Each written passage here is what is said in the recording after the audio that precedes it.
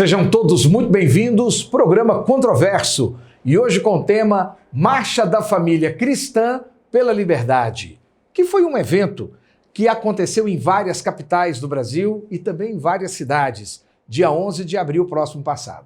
Para conversar sobre esse tema conosco, nós convidamos ele que é o coordenador no estado de Goiás, o advogado, também escritor, Juliano Mioto. Seja muito bem-vindo, Juliano. Obrigado pela oportunidade de estar aqui com vocês. Espero que a gente possa falar um pouquinho aí sobre esse projeto que aconteceu aqui e ainda vai continuar acontecendo em todo o Brasil. Juliano, a Marcha da Família Cristã pela Liberdade é um movimento, é um evento, é um projeto que vai acontecer uma coisa ainda maior? O que se trata essa marcha? Bom, a gente, no início de março desse ano, a gente começou, várias pessoas em lugares diferentes do Brasil, a gente começou a pensar sobre a questão da família, né? E veio para nós assim muito forte essa questão da marcha da família cristã, né? A família com Deus pela liberdade, que é uma releitura histórica, né, de um fato que aconteceu aqui no Brasil já há alguns anos e que a gente pensou assim, a família sempre foi uma das chaves para a mudança, para a transformação, para a restauração da nossa nação. Sempre foi a família. E, de repente, a gente começou a conversar. Eu troquei uma ideia com o Lúcio Flávio, que é o coordenador nacional, que está em Sergipe. A gente começou a conversar com outras pessoas de outros estados. E, em menos de 15 dias, a gente já tinha coordenadores em todos os estados do Brasil, em várias cidades, pessoas já se programando para fazer isso, e nasceu com esse propósito de ser um movimento da família cristã pela liberdade, liberdade de ir e vir, liberdade de trabalhar, liberdade de poder levar os seus filhos para a escola, de escolher o tratamento que você quiser ou não se tratar, enfim, a liberdade que é um tema que para o cristianismo é um dos temas mais caros que tem, porque a vida sem liberdade é uma vida morta, né? Uma vida sem sentido. Você é o coordenador para o estado de Goiás. Correto. E qual é o projeto da Marcha da Família Cristã pela Liberdade para o estado de Goiás? Foi só essa marcha do dia 11? Não, a Marcha da Liberdade, da Família Cristã pela Liberdade, ela começou o movimento dela, assim, a forma externa dela, né? A gente começou, na verdade, a trabalhar ela desde março, mas o primeiro evento foi dia 11 de abril. A gente já está com um evento programado para o dia 15 de maio, que é o Dia Internacional da Família. Então a gente vai fazer de novo em todas as capitais, Brasília, Goiânia, Sergipe e em outras cidades. Na edição passada a gente fez uma marcha aqui em Goiânia e teve um grupo de pessoas também que fez a mesma marcha em Rio Verde, que é uma cidade aqui, né, do sudoeste goiano. Então, a ideia é a gente dar continuidade. Ligado a vocês? Ligado a nós. A gente, inspirado em vocês? Você coordenou? A gente coordenou tudo, tanto aqui quanto em Rio Verde. Deixa eu te perguntar. Essas marchas, nós temos duas marchas que são grandiosas no Brasil, todas elas lá em São Paulo, com mais de 1 milhão de pessoas que acompanham. Nós temos a Marcha para Jesus e nós temos a Marcha do Orgulho Gay, LGBT, do Orgulho Gay. Mas elas são marchas que têm uma data específica e existe todo um movimento por trás de cada qual. Na Marcha para Jesus, por exemplo, nós temos um suporte grande das igrejas neopentecostais, outras igrejas evangélicas, a Igreja Católica, em parte, não é algo que a diocese participa, né? Mas é participante também vários números de grupos católicos. E essas discussões que eles trazem para dentro da Marcha para Jesus são discussões já que acontecem no meio evangélico, principalmente aqueles que têm estruturas de comunicação. Já na Parada Gay, ela acontece, né, do Dia do Orgulho LGBT, em comemoração ao Orgulho LGBT, mas são as várias e várias associações que fazem uma série de ações específicas e ali tem um grande dia de celebração. Me parece que a Marcha da Família Cristã pela Liberdade é um pouco diferente. A ideia dela realmente é só marchar? Não há um aparato por trás para discutir? Na verdade, a marcha da família cristã pela liberdade, ela tem um propósito de abrir o entendimento das famílias para uma questão que é fundamental para a nossa restauração, para a cura da nossa nação e para o restabelecimento da ordem.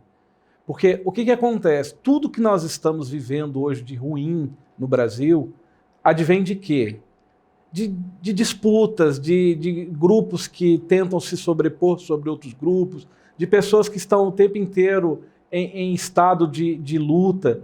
E isso não tem gerado na nação brasileira cura, pelo contrário, isso tem trazido confusão, tem trazido tristeza, tem trazido dor. As famílias estão passando necessidade, as famílias estão passando por situações horríveis. A gente está vendo muitas ações contrárias à família, e muitas coisas estão acontecendo, e a gente se sente incapaz de poder vencer tudo isso sozinhos, porque a gente está, de uma certa forma, todo mundo dividido, né? Porque está todo mundo nas suas casas, está todo mundo separado, a gente está tendo dificuldade, inclusive, de ter contato com os amigos, com as pessoas, por uma questão até sanitária. Então, a marcha da família cristã, ela faz um resgate de um sentimento de que, se nós marcharmos como família, como cristandade, não necessariamente uma questão denominacional, ou de uma igreja X ou Y,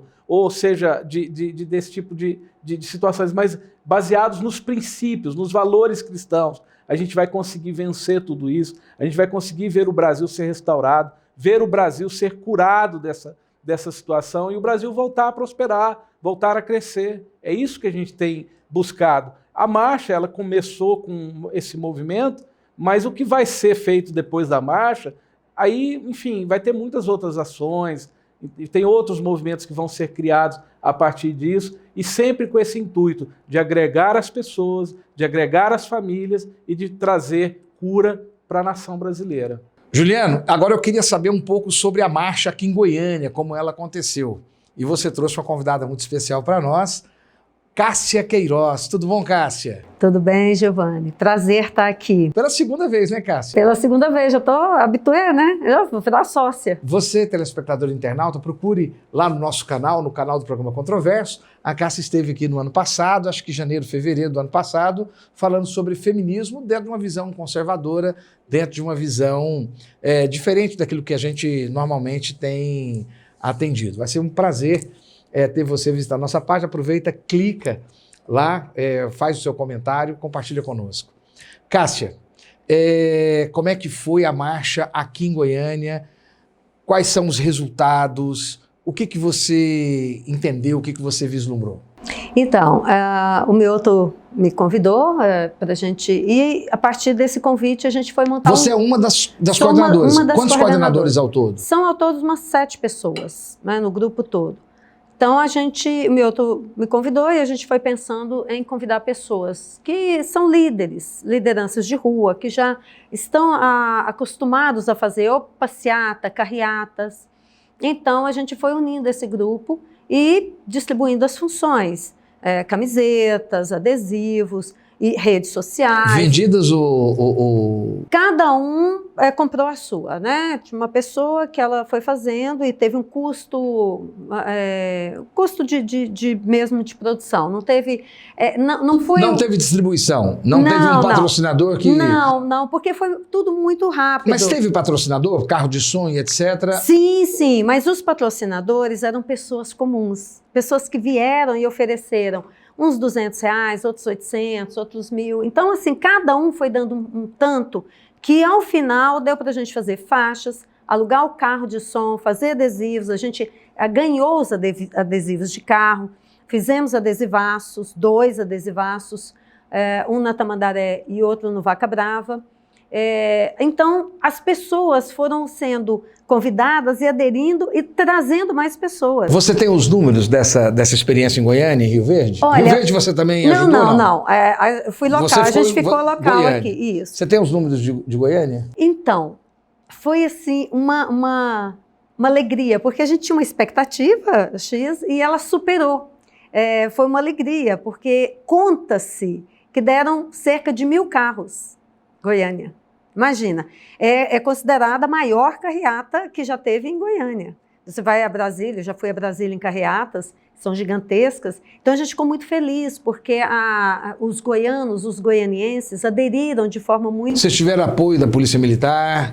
Batedores? Toda. A organização da marcha também colocou pessoas para organizar isso aí também? Colocou, a gente distribuiu os ofícios, porque tudo vem pela nacional, né? Há um grupo, uns coordenadores, os heads, que são os coordenadores nacionais, e a partir dali, o que tinha em mente? Unificar essa marcha em todo o Brasil, com a mesma logo, com a mesma cor, com o mesmo sentido, com as mesmas frases, que é liberdade, pedindo liberdade. Dentro da palavra liberdade, você poderia fazer várias frases que pleiteasse esse sentimento, né? Que viesse ao encontro desse sentimento das pessoas. A organização vai num carro principal? Tipo trio elétrico? Sim, um carro, né? Teve um carro de som e a organização esteve, sim. Quem são as pessoas que foram chamadas para estarem ali conduzindo? Porque as manifestações, as pessoas vão se sucedendo nos discursos, que é a animação do pessoal. Quem são as pessoas escolhidas? Ali para subir no caminhão? Bom, teve... lideranças, né, políticas, apesar da marcha ela ser apartidária, o convite foi para todas as pessoas que estão... Você pensa, Giovanni, nós estamos aqui numa situação nossa, política, não partidária, de um sentimento de que a nossa liberdade está sendo roubada, pouco a pouco. Né? A gente vai perdendo ela pouco a pouco. Por exemplo, a gente vê um ambulante solitário numa praça vendendo frutas, por exemplo. E, de repente, chega o guardinha da Guarda Municipal e começa a bater nesse cidadão. Você vê que há lojas e estabelecimentos comerciais que entram pouquíssimas pessoas. Essa pessoa abre e ela vê com a polícia lá dentro. Outros fazem um aniversário com meia dúzia de pessoas e vê sua casa invadida. Então, havia ali um sentimento de que a gente precisava unir a sociedade para uma resposta imediata do poder público também. Né? A gente está aqui como cidadão, pagadores de impostos, e nossa liberdade está sendo cerceada. A custo de quê? Então, é claro que houve um convite a parlamentares, a pessoas, né, políticas. Eu vi, por exemplo, a presença do Major Vitor Hugo, inclusive, que eu entrevistei antes dele ser deputado federal. É muito boa entrevista. O Major Vitor Hugo, ele fez uso da palavra, ele que foi, até pouco tempo atrás, líder do governo na Câmara de Deputados. Algum outro parlamentar? Teve uma assessoria, né, da assessora do Prado, né, do deputado delegado Eduardo Prado, esteve lá com a gente, a assessora Erli.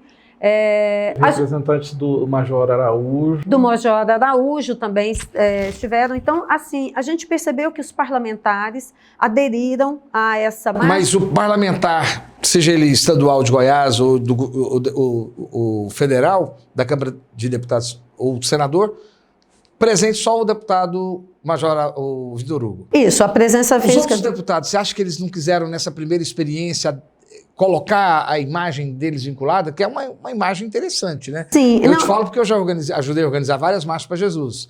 A briga para subir no carro é grande, a gente precisa ter 3 ou 4... Segurança? Não, carros trielétricos que não dá para ir todas as autoridades. A discussão é grande. Teve os assessores presentes e a justificativa era a questão de saúde mesmo, né? Sim. Em relação à pandemia. Inclusive, um estava com Covid e o outro por questões de idade.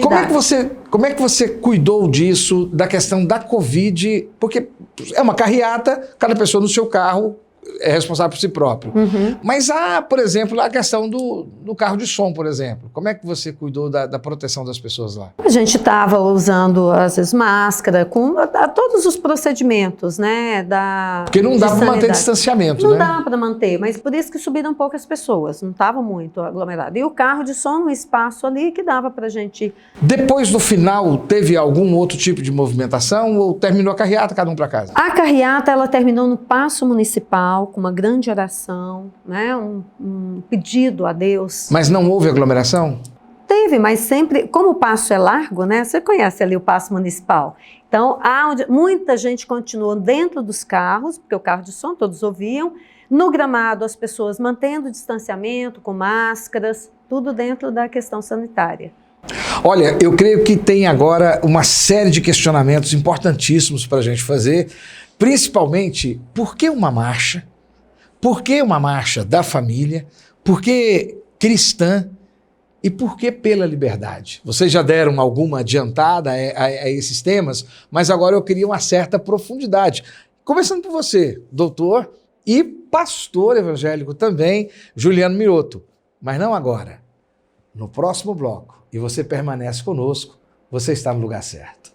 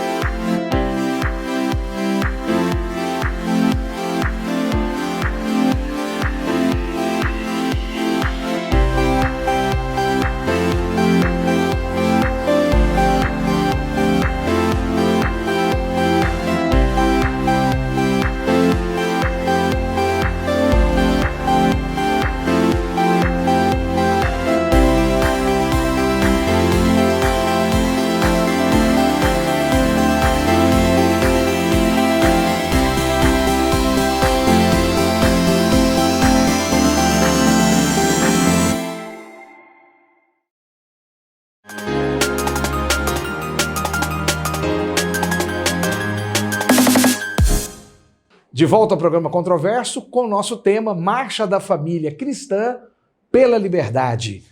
Doutor Juliano, a gente parou no último bloco para tentar entender um pouco melhor. Você havia comentado que em 64 houve algo parecido. Bom, Tradição, Família e Propriedade, TFP, era uma estrutura da Igreja Católica, aí você, telespectador, você, internauta, começa a fazer suas pesquisas, né? E vai ser muito interessante. E era uma ideia que partia, inclusive, de um livro que falava sobre revolução e contra-revolução. Então, havia uma proposta para essas estruturas conservadoras daquele momento, essencialmente católicas, de um processo de contra-revolução. Em razão dos movimentos revolucionários que aconteciam na Argentina, no Chile, México, em Cuba, não é isso? E era uma forma de contra-revolução. Inclusive, esse termo de contra-revolução também foi utilizado um pouco pelas Forças Armadas, quando houve ali o que alguns chamam de golpe de 64 e outros chamam de Revolução de 64, que seria uma contra-revolução. Depois desse momento história aqui do programa Controverso, eu só quis mostrar que existiu toda uma fundamentação teórica da Igreja Católica em resistência à maçonaria, a movimentos comunistas e também vários sistemas que eram desinteressantes para a ordem do país, segundo os critérios da tradição daquela época. Bom, nós estávamos vivendo num momento em que a contracultura começava a se estabelecer. Então, o tradicional ficava uma coisa clara. Hoje, um movimento conservador de marcha da família cristã pela liberdade segue essa mesma lógica? Bom, Giovanni... Ficou grande, né? Não, mas assim, achei boa essa sua introdução para a gente poder contextualizar até historicamente, porque realmente a gente sempre tem um entendimento de que os tempos mudam, mas as forças que vão tentando se estabelecer nos cenários políticos, econômicos e tudo, elas permanecem basicamente as mesmas. São os movimentos, tem movimentos pela liberdade, tem movimentos mais autoritários, tem movimentos que são autoritários à esquerda, autoritários à direita, enfim, sempre vai haver essas dicotomias entre os movimentos e os entendimentos que as pessoas têm sobre a melhor maneira de se conduzir as coisas. Por exemplo, a questão da propriedade é uma questão muito sagrada para nós, assim, no Ocidente. É uma questão que a gente luta para manter isso, até porque faz parte da nossa tradição você trabalhar, comprar suas coisas, ter sua roupa, ter sua casa, ter seu carro. Então, a propriedade é um conceito quase que natural, um direito quase que natural, anterior até da Constituição. Então, você começa a perceber, por exemplo, a família. Por que família? Bom, vamos começar pelo nome. Marcha. Por que marcha? Marcha dá um sentido de quê? De movimento.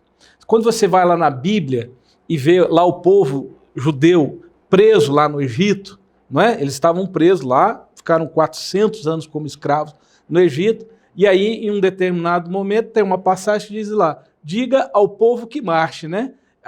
Qual que era a ideia? Sai daí, sai da escravidão. Vocês estão presos, vocês estão sem propriedade, vocês estão sem liberdade, vocês não podem ir onde vocês querem, vocês não podem dar a educação que vocês querem para os seus filhos, vocês não podem trabalhar da maneira que vocês quiserem, na profissão. Vocês são escravos.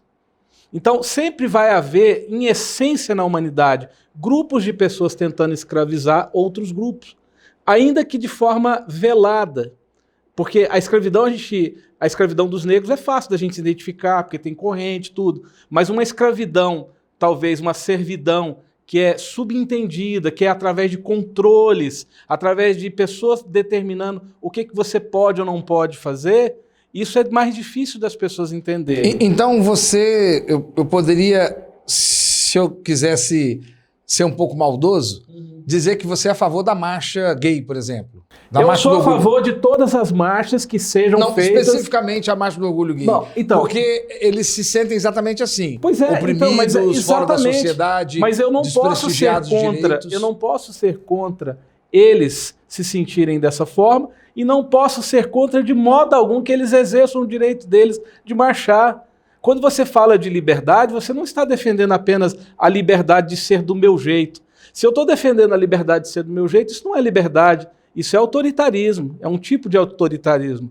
O gay ele pode marchar pela causa dele, não quer dizer eu respeitar esse direito dele marchar pela causa dele, não quer dizer que eu estou concordando com ele, não quer dizer que eu quero andar igual a ele, ou que eu quero marchar com ele. Não, eu disse em relação às conquistas de direito, porque os homossexuais, quando surge o dia do orgulho Sim. gay, e quando se existe a marcha LGBT, a marcha, a parada gay, né? Ela visava exatamente isso, fazer uma exposição, olha, nós existimos. Vamos pegar um outro evento, por exemplo, quando os negros americanos, Sim. liderados, né, Martin Luther King. pelo Dr. Martin Luther King, né, eles começam a marchar e são fortemente agredidos, né, pela polícia local porque não estava cometendo nenhum crime, mas entendiam que aquilo era uma desordem, né? Exato. Você não acha que esses movimentos como o orgulho gay, a marcha dos negros, porque eles se sentiam desprestigiados, elas não são um pouco diferentes daquilo que propõe a marcha da família cristã pela liberdade? Bom, aí você vai me dizer, quando eu digo para você marchar, e aí você vai dizer para onde, com quem e para quê. Não é isso? Excelente. Marchar para onde, com quem e para quê. Excelente. Com quem e para quê? Para que eu vou marchar? Excelente. Com quem eu vou marchar e qual o objetivo que eu tenho quando eu vou marchar? Esses são elementos essenciais em qualquer movimento, em qualquer ação que você vai fazer por alguma causa, por alguma coisa. Mas quando você fala assim, marcha da família, você está dizendo o quê? A família como essência da humanidade, como a essência de tudo que é bom, de tudo que é belo, como a essência daquilo que é a proteção das crianças, proteção das próprias pessoas que estão ali na família. Aí você pega as famílias e diz assim, famílias, nós vamos marchar. Aí quando você fala a palavra cristão, você está dizendo o quê? Você está dizendo os princípios que moldam o mundo ocidental. A coisa mais maravilhosa que existe no mundo ocidental, inclusive, se você quer ser gay, no mundo ocidental é muito bom, porque você não vai ter um grupo de pessoas tentando te pendurar no prédio, ou te enforcar, ou tentando te matar por conta da sua opção. Pendurar é bom, no Irã eles jogam. No Irã eles jogam do prédio. Aí, assim, como é que a gente vai conviver com todas essas diferenças de pensamento? É só dentro de uma sociedade cristã, de uma sociedade judaico-cristã, onde a liberdade é um bem tratado com muito carinho, porque a liberdade é o que faz com que o povo possa adorar o Deus deles. Os judeus tiveram que sair do Egito, onde eles eram escravos. Por quê? Porque eles estavam lá como escravos, eles não podiam nem adorar o Deus deles em liberdade. Havia uma opressão do faraó sobre a vida deles. Então, a verdade, quando você fala assim, vamos marchar como família, com princípios cristãos, eu não estou excluindo o ateu, eu não estou excluindo o gay, eu não estou excluindo as pessoas que não sejam parte de alguma denominação. Eu estou apenas dizendo, você que entende que os valores e os princípios judaico-cristãos que moldam a vida no Ocidente são valorosos, então vamos marchar. Então, acho que esse quais seriam princípio. esses... Você quer completar? Aliás, a liberdade ela está dentro da Constituição Federal, artigo 5º, ao qual ela prevê e assegura a todo cidadão a liberdade de ir e vir. Né? Esse ir e vir está contido uma série de coisas, ir e vir para o emprego, ir e vir para a escola, ir e vir para a sua marcha, seja ela gay, seja ela da família cristã, enfim. A essência dessa marcha, desse grupo, né, que pensa a marcha, é justamente ser onde todos possam conviver dentro de uma sociedade livre, de expressão livre. Mas, Cássia, vamos pegar então desse ponto que você trouxe. Não, eu vou jogar ele um pouco mais para frente. Deixa eu só tirar uma dúvida aqui com o Mioto antes, e aí eu vou voltar com você sobre a questão da liberdade, tudo bom? Primeiro, a marcha da família cristã, você fala que são aquelas pessoas que se identificam com os princípios da família cristã. Sim. Quais são esses princípios, pelo menos os mais primordiais? Bom, o primeiro princípio da família cristã é um princípio de unidade. Toda família ela é baseada numa unidade de pessoas que têm um propósito em comum. Esse é um princípio fundamental, primordial de uma família.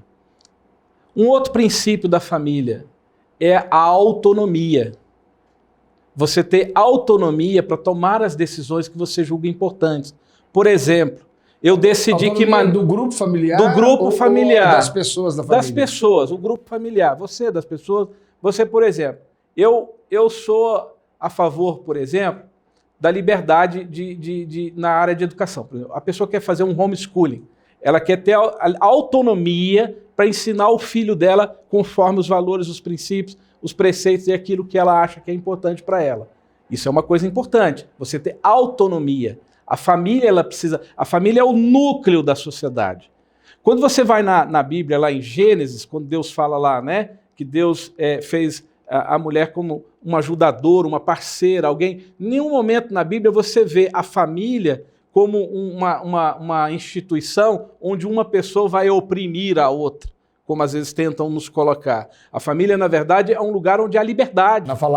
Na verdade, pastor, senhor me desculpa, mas a Bíblia é clara dizendo que servirás a teu marido. Sim, mas não no sentido de diminuição do papel da mulher, não no sentido de oprimir o papel da mulher. Agora a gente pensa assim, a mesma Bíblia diz assim, maridos, amai as vossas esposas como Cristo amou a igreja. Olha, que responsabilidade grande dos maridos, né? Você amar uma esposa como Cristo amou a igreja, isso você tem que ter um amor tão grande, você tem que ter um cuidado. Eu concordo, pastor. Tão grande. Mas no mesmo texto está escrito, mulheres, sujeitai-vos aos vossos maridos. Em temor, exatamente. Se eu me sujeito, temos eu e você aqui, não é? Temos eu e você. Nós temos uma relação onde você é patrão, eu sou empregado, ou uma relação onde você é o comandante, eu sou o comandado, uma relação hierárquica. Sim. Então, há aquele que exerce a autoridade e aquele que se sujeita à autoridade. Mas né? eu acho. E a palavra de Deus é muito clara quando ela fala sobre sujeição. Eu falo em relação a essa questão, quando nós vamos a uma dimensão totalmente religiosa, há sim a expressão da sujeição. É porque o tema era que um dos valores da família é a autonomia. Sim. Sim, Né? mas dentro desse tema da autonomia, todos esses preceitos bíblicos, se você... Aí todo mundo vai concordar comigo. Precisa ser contemporanizados. Não é questão de contemporaneizar. Os preceitos bíblicos, eles são feitos como luzes, como guias da humanidade. Você não é obrigado a segui-lo. Você é obrigado a entender e decidir com a sua vontade se você vai seguir ou não e assumir a responsabilidade de cada decisão que você toma. Isso é que tem que ser o seguinte, é diferente, por exemplo, quando você está lá numa lei civil, uma lei humana, que diz assim, você não pode andar na contramão. Se você andar na contramão, você pode andar na contramão, não pode? Você pode andar na contramão? Posso. A lei proíbe. Vou sofrer as consequências. A lei não te proíbe de andar na contramão, mas se você andar na contramão, o que vai acontecer? Vou ter meu carro detido, Okay, vou pagar então multa. Então é isso, pronto. Autonomia. Se você tem autonomia de entender que aquilo ali é bom para você ou não é. Então, a Cássia ia fazer uma contribuição. Eu gostaria de colocar essa questão do sujeitar-se ao homem. Primeiro, a gente tem que perceber que a Bíblia foi traduzida de várias e várias formas, quer dizer, vem sendo traduzida e que em determinadas Bíblias ou situações ou alguns momentos ou editoras coloca-se uma palavra. Não estou falando da palavra sujeição, eu estou dando um exemplo que em vários trechos da Bíblia há geralmente essa discordância em alguns termos. Bom, vamos lá. Primeiro, imagina uma empresa onde tem duas cabeças liderando. Alguém tem que ser o chefe. Imagina duas pessoas. E no caso o chefe é o homem. Chefiando. Imagina uma empresa, duas pessoas no mesmo comando. Vai haver um bater de cabeça em algum momento. O que acontece, o homem e a mulher na casa? Alguém precisa ir para o mundo, trabalhar, trazer dinheiro para casa ou colocar, né, alimento, comida, vestuário, alguma forma tem que manter aquela família.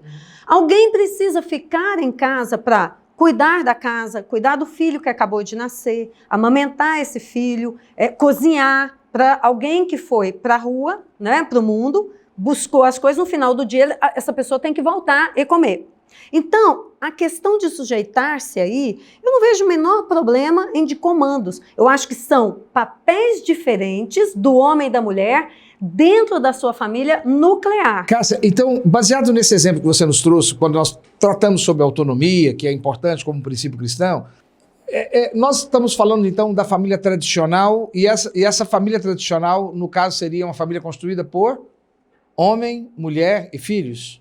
Essa Sim. é a família tradicional? É aquela que gera filhos. Isso. Agora, mesmo depois, só complementando, vamos supor, já que você trouxe essa questão, eu acho que dentro de uma casa, quando duas pessoas resolvem coabitar, sejam dois homens, duas mulheres, dentro de um mesmo espaço, de uma casa, alguém precisa dividir as funções ali dentro. Se todo mundo for limpar a casa, se todo mundo for sair para trabalhar, alguma coisa vai ficar faltando. Então, essa questão de divisão do trabalho, pouco importa.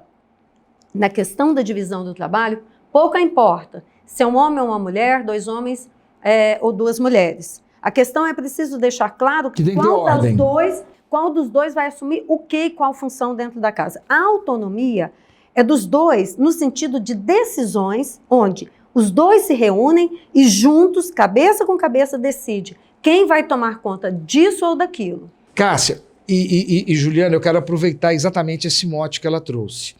Eu venho de uma família que eu considero tradicional. Meus pais têm 60 anos de casados, eu tenho 26 anos de casado, minha irmã tem 24 anos, outros têm 30 anos de casado, assim por diante. Um único casamento. Não que isso seja modelo, eu só estou expressando isso. Eu acredito que isso é bem tradicional. Até a casa, eu moro na mesma casa a vida inteira, meus irmãos moram na mesma casa, meu pai e minha mãe moram também na mesma casa. Mais tradicional que isso não tem jeito. É essa família tradicional que você está trazendo para dentro da marcha? Bom, quando a gente vai falar da pai, mãe, filhos, netos. Quando a gente vai falar da família tradicional, a gente tem que pensar o seguinte. Qual o ponto de vista que você está querendo trabalhar? Por exemplo, se eu quero trabalhar do ponto de vista da palavra de Deus, da Bíblia, que é um fundamento dos cristãos, Ali diz, o homem deixará o pai e a mãe unir-se-á a sua esposa. E eles crescei-vos, multiplicar. Então, enfim, a Bíblia está sempre apontando homem, mulher e filhos. A família tradicional cristã, ela tem esse fundamento, ela não pode ser transgredida sem você contrariar uma lei. Como eu falei, é o exemplo da contramão. Você pode contrariar se você quiser, mas você vai entender que aquilo ali tem alguma consequência. Pode ser boa ou ruim, a gente não está entrando nesse mérito. Quando eu falo da família para a marcha, eu estou falando a família num conceito mais amplo. E quando eu falo família cristã, também estou falando no sentido de princípios, de você entender que é uma família, são famílias, pessoas que se entendem como a célula mais importante da sociedade. Isso não é mais por um chamativo de marketing, não? Por causa do momento que a gente está participando? Marketing, veja bem, gente, marketing válido. Tipo assim, olha, eu estou discutindo uma questão de liberdade, eu quero discutir aquela questão de para quem, com quem, por quê, né? Eu quero discutir a questão de liberdade, eu quero trazer quem? Vem a família cristã, porque ela já tem sido discutida. Eu acho que o mote dessa história, primeiro, que a família cristã, o Brasil é um país genuinamente conservador, voltado para os valores cristãos. Ponto. Mas o mote mesmo dessa marcha, além de ser da família cristã, que ele chama, o mote dele é a liberdade. Esse é o chamariz. Por isso que eu disse sobre marketing. Porque esse é o ponto. A liberdade é o ponto. Poderia tranquilamente chamar-se Marcha pela Liberdade. Pela liberdade. Não é? Mas então, a gente incluiu... o termo família cristã é mais um vocativo, é mais um... Não. Um atrativo, não? Sim e não. Porque o que acontece? Por que surgiu a marcha lá em 64? Né? É porque havia um perigo de perda de liberdade. Nós estamos no mesmo momento, na mesma situação de perda de liberdade. As nossas famílias estão perdendo empregos. Não é solteiros. Quem está perdendo emprego... A marcha pela TFP, a Igreja Católica fazia uma grande perda de poder em relação à separação, à laicidade do Estado. Essa era uma realidade muito grande e que era muito promovida por grupos maçônicos, que passavam a ser politicamente hegemônicos. A questão toda... Essa era uma coisa muito do local. E tinha acabado de acontecer também, em Puebla, aquele movimento que a igreja, percebendo o crescimento evangélico, né, na América Latina, ela fez aquela guinada pelos pobres. O movimento de Medellín, Puebla, onde tem a mudança, que os padres eles começam não só a orar em latim, existe toda uma movimentação católica, bem diferente dessa movimentação evangélica hoje. Na verdade, a marcha ela não é nem de evangélicos, nem de católicos, nem de espíritas. Ela é uma marcha conceitualmente da família pela liberdade. Cristã, pela liberdade. E quando você fala família de cristãs, é mais pelos princípios que ela carrega. O que acontece hoje é que, por exemplo, os católicos, eles têm um sistema hierárquico muito mais rígido do que o das igrejas evangélicas. As igrejas evangélicas têm muitas denominações e cada denominação pode ter ali a sua orientação em relação à marcha. Precisa ter autorização do bispo de Washington, ele precisa conversar com os cardeais, e a orientação com os cardeais, pelo menos com a CNBB. Isso. Pelo menos na primeira marcha. Para ter a chancela da Igreja Católica. Pelo menos na primeira marcha havia, parece, uma orientação para que os padres não se envolvessem nesse tipo de ações. A gente não sabe se isso pode vir a mudar agora na próxima marcha. O que a gente percebe é o seguinte: a gente tem conversado com muitas lideranças, pastores, apóstolos, pessoas assim, outros grupos políticos, não só... a gente tem conversado com muitas pessoas dessa segunda marcha, porque assim, a gente quer fazer um movimento para chamar a atenção da sociedade, para que a gente não pode... existe uma frase que é até um dos lemas da marcha, que é o seguinte: o preço da liberdade é a eterna vigilância. O preço da liberdade é a eterna vigilância, ou seja, a gente não pode dormir, porque se você dormir, amanhã você acorda com uma liberdade a menos na sua conta. Juliano e Cássia, e essa questão da liberdade é exatamente, talvez, o ponto central de nós convidarmos esses representantes da Marcha da Família Cristã pela Liberdade para conversar aqui no Controverso. Entender melhor qual é a ameaça que a liberdade constitucional brasileira está sofrendo a ponto da família cristã se levantar para marchar. Mas isso no próximo bloco. Você permanece conosco, você está no lugar certo.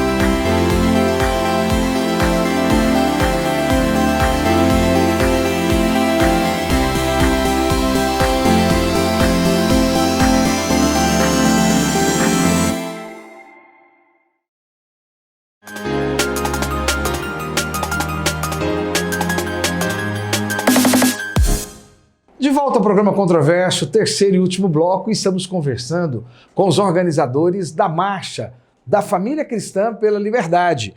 O Juliano Mioto, nosso entrevistado de hoje, coordenador da Marcha, é autor de alguns livros. Ele me presenteou com o livro Antônio. Esse eu vou ler lá em casa com a minha filha, agora à noite, hoje à noite ainda. Tá? Juliano, eu deixo a pergunta tanto para você quanto para a Cássia, e já deixo o espaço para que vocês possam apresentar as questões de vocês, porque eu considero uma questão um tanto delicada. Quando a tradição Família e Propriedade fizeram a marcha de 64, já era um apoio ao movimento militar que estava perto de acontecer, com a ruptura do processo democrático e com o afastamento do então presidente para que uma junta militar organizasse e tomasse conta do poder. Nós percebemos que muitas das discussões trazidas, inclusive na pesquisa que fizemos, as manifestações das pessoas nos seus carros, aquilo que foi dito, alguns discursos, ela se encaixa perfeitamente naquilo que os bolsonaristas, os defensores do governo federal, que se aliam com as ideias de Jair Messias Bolsonaro, presidente da República do Brasil, né, ele conflita hoje com várias forças internas do país, inclusive forças republicanas, o Congresso Nacional e também o STF. De alguma forma, nós percebemos também que a mesma base que a gente percebe que está apoiando o movimento da marcha é também as bases e os líderes que também participam e são identificados como bolsonaristas. Essa marcha pela liberdade é um movimento bolsonarista? Não, ele não é um movimento bolsonarista. Mas é um movimento de bolsonaristas? Ele tem bolsonaristas que fazem parte dele, tem pessoas de movimentos tradicionais, tem pessoas de vários movimentos. O que a gente procurou fazer é o seguinte: a gente abriu a marcha para que todos os movimentos, que todas as pessoas, os segmentos, se aproximassem. É uma marcha de unidade, de junção. A gente está entendendo que o Brasil ele não vai sobreviver mais a esse modelo de guerra constante entre grupos, de conflitos e divisões de poderes. O Brasil precisa se unir de fato em prol da cura, em prol da busca pela liberdade, em prol da busca pela recuperação econômica. O Brasil ele não pode continuar nesse modelo de guerras.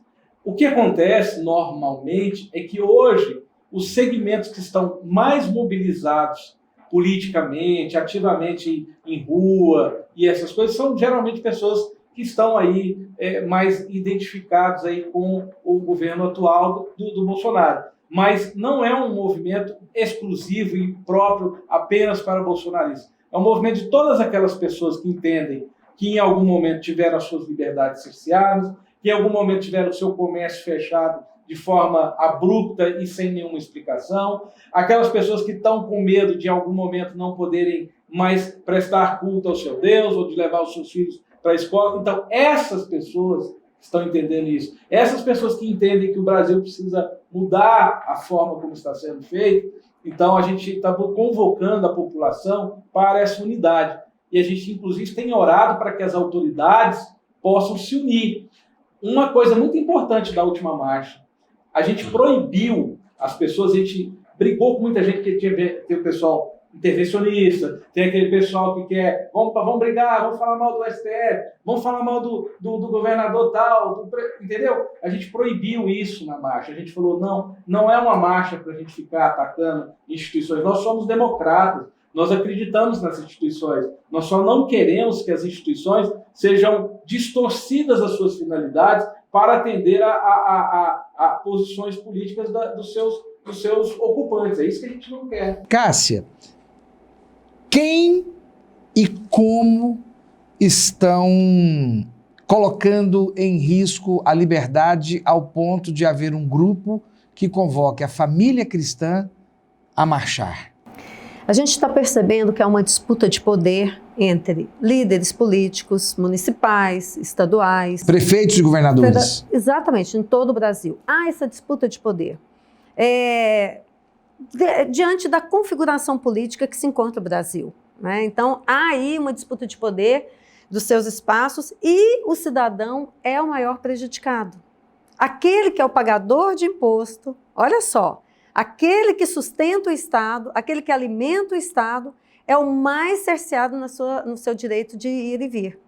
Então, sem atacar ou sem citar quaisquer nomes ou instituições, a sociedade, de uma certa forma, ela percebeu esse risco, ela está sentindo na pele. Alguns apanharam, foram presos. Isso tem vídeos no Brasil todo que está acontecendo. Deixa eu te perguntar, é porque você falou essa parte 3 vezes hoje no programa e eu preciso perguntar.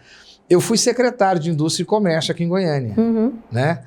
E na minha época, nós tínhamos um trabalho muito elaborado junto à fiscalização, a minha secretaria, a antiga SEDEM, secretaria da minha época chamava CEMIC, e havia um forte apoio da CEFIS, que é a Secretaria de Fiscalização, e havia o apoio de proteção ao fiscal da Guarda Civil Metropolitana e, em alguns casos, nós tivemos embates fortíssimos, né, com os camelôs, os vendedores ambulantes, com a Polícia Militar.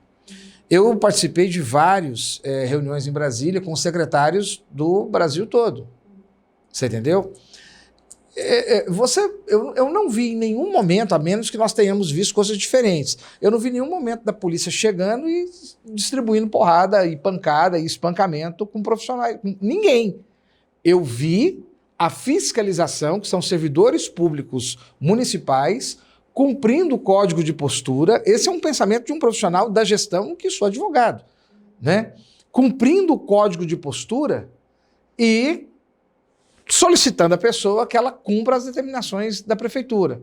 Então não é cumprindo solicitações do STF, não é cumprindo solicitações do presidente, não é do governador. E ali, diante da resistência dentro da ilegalidade, essas pessoas, então, elas faz valer o quê? A força do Estado.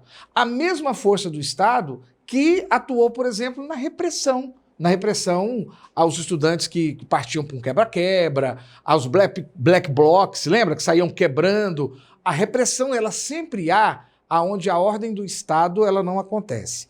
Baseado nesse cenário, como é que você vê? Olha, você sabe que uma das coisas boas e ruins, né? Quer dizer, eu acho que tudo tem um lado bom e ruim. O lado bom da questão do digital hoje, né? Da tecnologia, é que hoje você pode gravar. Você pode gravar tudo e há inúmeros vídeos no Brasil todo. A polícia chegando e batendo? Não, calma. Chegando e batendo? Resolveu bater o seu senhor, hoje. Não, o senhorzinho tá ali no seu estabelecimento, tá com seu carrinho de frutas, ou a pessoa está lá no seu mercado, no seu comércio, e a polícia chega. E ele começa a falar, olha, mas por que vocês estão querendo me prender? Porque tem a lei municipal. Começa um diálogo e, num determinado momento, a pessoa fala, mas eu não estou fazendo nada de errado. Eu estou aqui, eu não... E a gente vê uma truculência, a reação, a ação e reação está desproporcional entre aquele que deveria proteger ou conversar. Você acha que o agente público tinha que ir embora? Não, você tem razão. Fazer uma observação. Ótimo. Fazer uma pequena observação. Os agentes nazistas da SS estavam cumprindo a lei. Sim. Uhum. Os agentes dos comunistas estavam cumprindo a lei quando matavam as pessoas. Os justiceiros lá dos comunistas, lá dos socialistas, Do Lenin, do Stalin. E todos estavam cumprindo a lei. Existe um princípio do direito que diz o seguinte, que ordem ilegal não se cumpre. Uhum. Se você tem uma ordem que você percebe que ela é abusiva, que ela destrói a liberdade de que ela está acima, porque qual que é a lei maior do país? É a Constituição. Uhum. A Constituição Federal, ela diz que o direito de ir e vir, ele só pode ser cerceado em caso de estado de sítio, e estado esse que só pode ser decretado pelo presidente da República. O que está sendo... Se o STF vai lá e decide que pode cercear e tudo, não quer dizer que o que o STF está decidindo é, de fato, se o STF tomar uma decisão ilegal. Por exemplo, o inquérito lá do Alexandre de Moraes, onde ele é o juiz, a vítima, o promotor... Qualquer pessoa que estudou... É mais complexo. Vamos ficar no ambulante, que é mais simples, é mais objetivo. Mas o que eu estou querendo dizer é a mesma coisa. Quando você, não é. Não, eu estou querendo dizer o seguinte, não estou entrando nesse mérito, estou querendo dizer o seguinte, quando você percebe que uma lei ou uma norma, ela cria uma obrigação que é estranha ao ordenamento jurídico, é estranha àquilo que é a base do ordenamento jurídico, que é a Constituição, o agente público ele tem a obrigação, não é nem o direito, ele tem a obrigação de negar. Por exemplo, um chefe que manda um funcionário fazer um negócio lá, manda uma ordem lá, e aí o funcionário percebe que aquela ordem não tem fundamento legal. Isso eu já trabalhei em órgão, já vi isso demais. Mioto, você é advogado. Eu só quero encaixar aquilo que a Cássia e que você está nos trazendo. A expectativa que você teria, então, seria que o fiscal... Eu não vou entrar na questão do Daniel Oliveira e nem uma outra questão macro. Quero ficar na questão pequena do fiscal e da Guarda Civil Metropolitana que dá apoio para a fiscalização, ali nas praias de Copacabana, aqui na Avenida Goiás, em matéria dos ambulantes, ou em Campinas, em relação às lojas. Tem o decreto municipal com o apoio do decreto estadual e ele diz que não é para abrir. E é de conhecimento e com o apoio da Associação Comercial e Industrial do Estado de Goiás e com a Federação de Indústria do Estado de Goiás. Então é amplamente divulgado e amplamente discutido. Na sua ideia, e aí eu vou até perguntar para a Cássia primeiro e você fecha depois. Na sua ideia, então, o fiscal deveria falar, não, eu entendo que essa lei aqui que o prefeito está trazendo é ilegal e não cumprirei. E o policial também, uma vez que ele tem que fazer a garantia, o policial que eu falo, a Guarda Civil Metropolitana, ele também, uma vez que não é para acontecer, ele deveria voltar para casa. Ele faz o julgamento se é legal ou não é legal e volta para casa. O ponto que eu toquei não é esse. O ponto que eu estou querendo trazer à discussão é a violência desse guarda em relação a esse cidadão. Esse cidadão está desarmado, de certa forma ele achou que é desproporcional aquela... ou ilegal, ou não atende aos seus... Ele está morrendo de fome, ele não tem como manter a sua família, a não ser indo para as ruas e vender o seu... Eu enfrentei essa discussão em Goiânia. Tudo bem, exatamente aí. Antes desse problema todo de pandemia. Esse é o ponto. Eu quero vender aqui, mas aqui não pode. Tá. A lei não permite. Tudo bem. Uma coisa é a lei não permitir, a outra coisa é o guarda municipal vendo um cidadão que é trabalhador, que ele saiu da sua casa, ele precisa colocar comida na sua casa, na mesa dos seus filhos, e de repente ele começa a argumentar isso com o guarda municipal, e o guarda municipal parte para cima desse cidadão desarmado, o coloca no chão, coloca o seu joelho no pescoço desse cidadão. Aí, meu querido, aí é desproporcional. Você já E aí acompanhou essas operações alguma vez? Já que vocês fazem parte de movimento? Eu estou acompanhando pelos vídeos, né? Os vídeos são muito... Você já pegou vídeos completos? Eu vou te falar por quê. Eu acompanho isso há muitos anos. Eu venho de família de policiais e essa reclamação em relação à truculência policial, ela é antiquíssima. Uhum. E quase sempre a expectativa das pessoas é o seguinte, é o momento em que a força física, porque é a força física do Estado, entenda bem, quando você vai assistir filmes, por exemplo, da Inglaterra, de Tóquio, do Japão, dos Estados Unidos, a polícia é ainda muito mais truculenta que a nossa. Você tem um primeiro minuto em que você deve obedecer ao Estado. É aquilo que o Witzel falava assim, querido, não saia com o seu fuzil para fora. Se tiver com fuzil, você é inimigo do Estado. Eu concordo com o Witzel, eu falo isso aqui abertamente. Eu entendo que um cidadão com arma de guerra na rua é inimigo do Estado e deve ser abatido. Eu entendo isso, estou errado, é uma opinião pessoal, mas eu não sou o governador. Agora, a grande questão, e eu encerro para ouvir vocês, para que vocês possam fechar, uma vez que o Estado ele tem essa legitimidade da força para fazer cumprir o ordenamento, isso não sou eu que digo, isso a lei fala, os historiadores falam, né? No momento em que não há um cumprimento, como fazer? Querido, por favor, vá para sua casa. Não, não vou. Tá. Olha, tem que sair. Não, não vou sair. Em que momento e de que forma que seria a alternativa para demover essa pessoa da posição dele? Giovanni, veja a questão dos negros lá do Martin Luther King. Eles saíram para as ruas para marchar e era proibido por lei. E eles tiveram que apanhar da polícia, porque a polícia não queria que eles estivessem lá. A lei proibia eles de estarem lá. Mas esse é um tema muito complexo, eu acho que a gente tem que sentar para uma outra conversa, e eu até te desafio aqui, deixo um desafio aqui, para a gente debater isso numa live, para a gente falar sobre essa questão do Estado, onde vai o limite da liberdade, onde a gente pode conversar um pouquinho melhor sobre esse assunto. Não, Milton, se a Cássia topar, a gente termina, né? E eu já convido aqui o telespectador e o nosso internauta. Vocês acompanham tanto as minhas redes sociais, quanto a da Cássia, quanto do Mioto, do pessoal da Marcha, e vamos conversar sobre essa questão da liberdade que está sendo discutida. Perfeito. Tá certo? Vai ser uma coisa bem... Aceito, o desafio está feito, então, o desafio está aceito. É isso aí. Contamos com todos vocês, dia 15 de maio, Dia Internacional da Família, às 16 horas, em frente à Assembleia Legislativa, para juntos marcharmos pela liberdade. Giovanni, eu quero te agradecer pelo convite, mais uma vez, por estar aqui nesse programa maravilhoso. E vamos para o pau lá na live, viu? Vamos lá, você é minha convidada, lá eu vou falar tudo. Muito obrigada, viu, por tudo. Seja muito bem-vinda, Cássia. Obrigado, Giovanni, obrigado pelo convite. E a gente está sempre à disposição aí para a gente poder debater os temas importantes. Cássia, Mioto, prazer receber vocês. Contem conosco, né? Aqui os estúdios da Action Mais, a televisão TV Capital também que nos apoia e o programa Controverso. Nós estamos aqui exatamente para trazer essas discussões, aquilo que foi enriquecedor para a sociedade. E você, telespectador, você, internauta, permanece conosco. Você está no lugar certo.